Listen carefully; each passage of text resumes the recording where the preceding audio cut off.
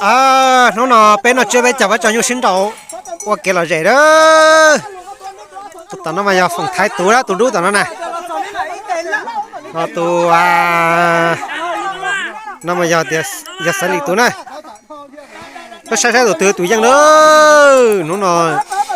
nó chơi bây giờ bên sau xe chó tụi nhau là sinh đầu bên sau là sai đó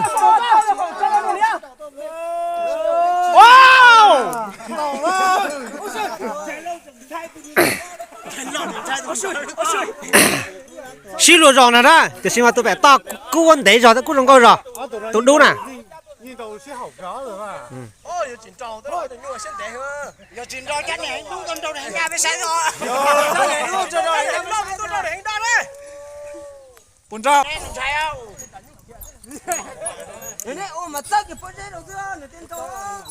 Sao đó, đầu kia nè, khu nào nè.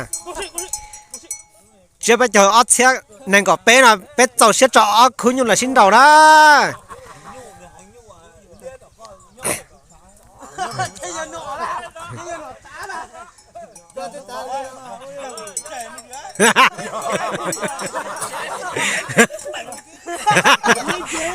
giờ đó để hành đầu tiền á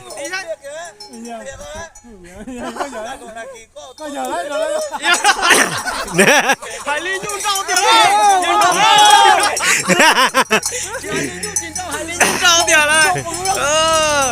Rồi cô sư.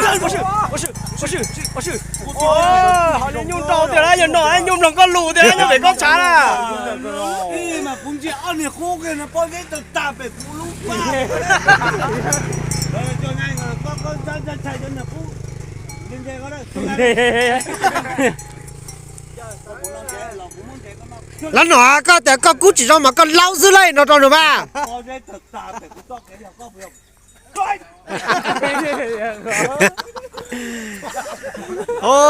tụi nó mà xuyên đấy cờ chín đâu đấy Xuyên đấy lên Hà Ly giọt tiền đấy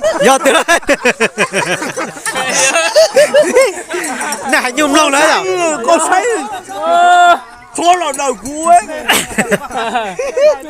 lộ ra tuổi cả nó là cái cú chỉ cho con một đôi lúc chả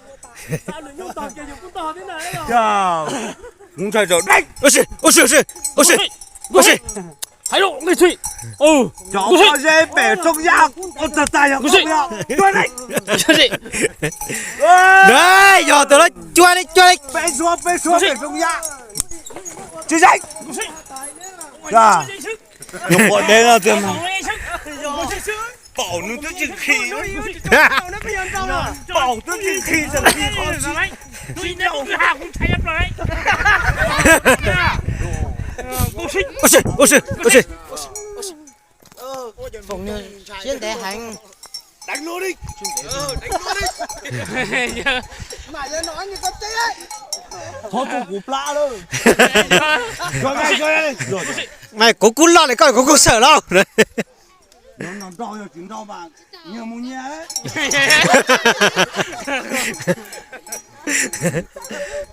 ôi xì đâu á đừng chạy on nhà tự nhiên chạy tụi nó bỏ ra tự tạo luôn là chuyện khác quá đấy là cho nó chia là chuyện nó tiền rồi Chờ gì nữa hả rồi đấy chơi ra đi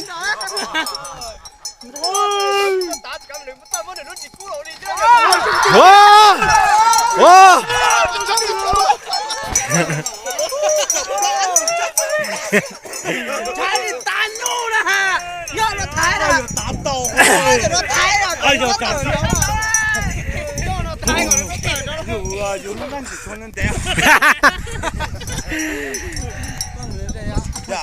nhớ nó thái rồi có cuốn chia ra này có uy bao hả đừng thương được sầu của tôi trời cá cho chạy mà nó dưng bao à Thấy nhạc đó tụi nó cho tấm mòn đánh luôn tụi nó à con mà mả đấy con mà nó ắt chui ngay đấy tôi dê phải không ra tờ tả đấy chui ngay Đồ tiêu đứa nó. Tiêu. Nè tú tụi nhá. Chỉ một cú cái gì cả mà. Ta đi thế đó. Giờ câu được con này. Dỗ nè nó. Chú Tòng ơi. Cháu một bé nè ha. Chị tê. Chó bao nhiêu Wow, wow, bây giờ bao con nọ thế đâu?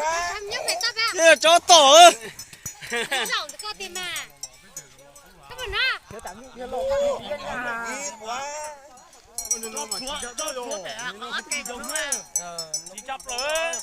Anh già cho nó cũng có bầu này mà. Giờ xuống là xuống kia. Nhưng mà dân kia. Cái bầu nó thấy ngồi. Nó tọp bèo kìa luôn. ô đầu thì tiền đó đầu tiền xí đầu tiền nó chảy rồi tôi như thế nào mà Cái đầu này cũng có đi. Tao kia nó sao? Coi này.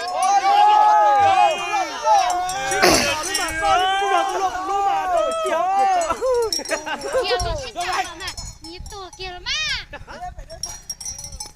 kia nó đấy thái có kia đã thái còn Giờ con chú tôi được con mà. Cha một nhịp một sống cha một sống mà ha. Con thấy ngọc bê xô xí nào ơi. Trời lông nó đầy ngọc bê xô. Cho ngay. Cái đầu mày út xuống đây.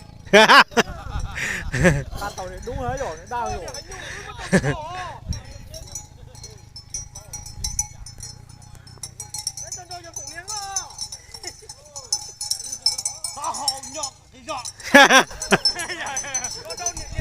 Con kia có sống cha có sống lại. Cho các đại cho kia cái này bắt sang cái liên liên cái này cho không. Liên liên cái bắt sang cái đại cho kia cái điều này, các đại thế là đại là nó y thế là đại luật sư thế là.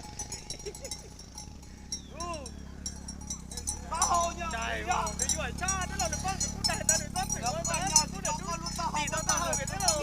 Thái nó cũng tờ đó. Thái luôn ấy. Luôn, chỗ đó anh. Thái phải luôn đấy.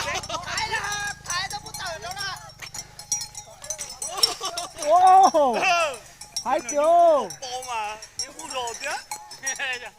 Để bác chuẩn này, để bác ta trò này cũng là đại to luôn. Tao kia thế, tao lột bác kia rồi.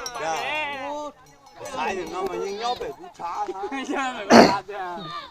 Trời đâu được phúc thì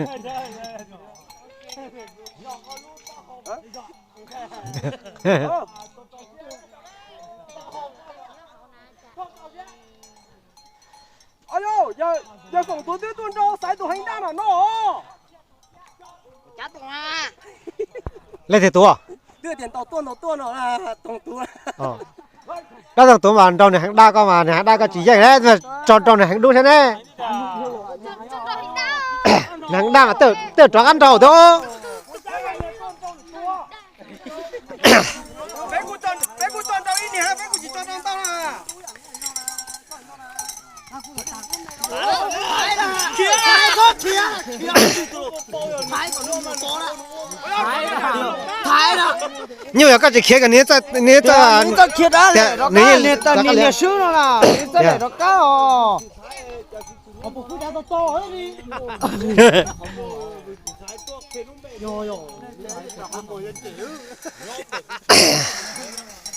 mùa á nhớ bên đây thái nó cũng tờ rồi tờ đông trên tộc đá là kia nhưng mà Nếu có tao sỏi áp đó, nếu có chỉ phút rồi. Tao kìa là. thái rồi Là cho nhung xin đầu phải nó sống tí thì bỏ nó ha. Nhà tôi sai bè.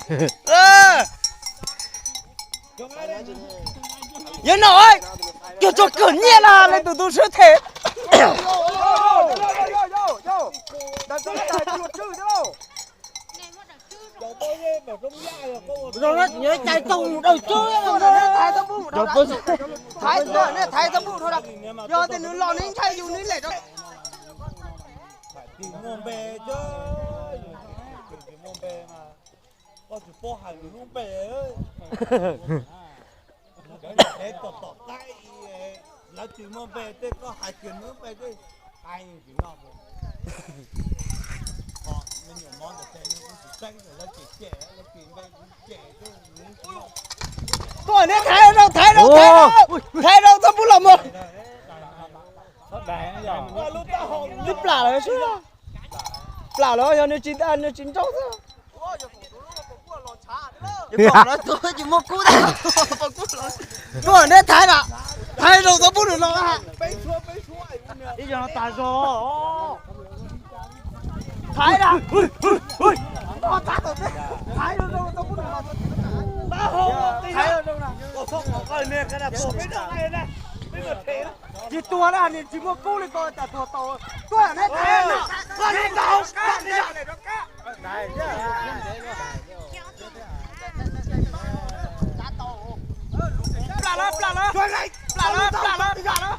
nó cá này có phải vô cũng nhiều có vô cũng nhiều đầu chứ bộ con này đi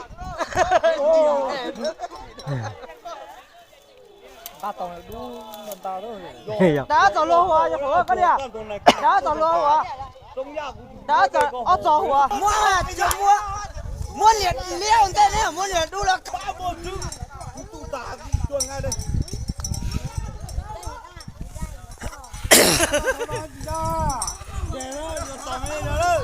tôi là đấy thái đó hả thái cái này nó cá về thái cái này nó cá về đó nhưng chỉ cho giờ nó hạ thế nào tàu này liền đã đi bộ nếu cái này nó không á đi thái đi về đó lẹ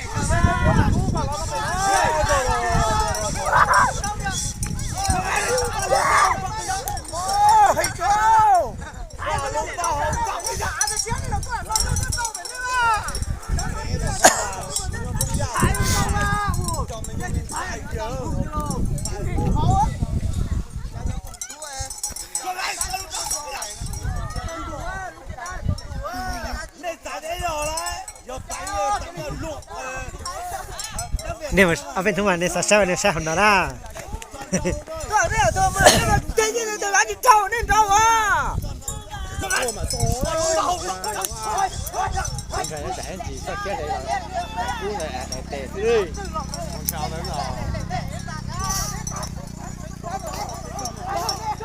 số ba á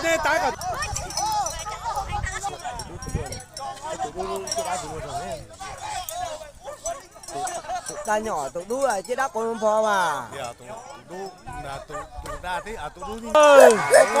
ô tụi đu sư nè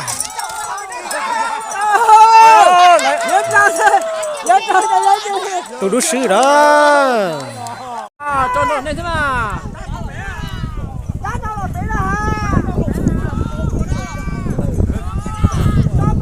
tụi nó mà nếu mà nữ nữa tụi đu tụi nó mà tụi nếu mà nữ nhẹ đó tụi đu tụi nó cú lù đó chỉ là tụi đu của ta nữa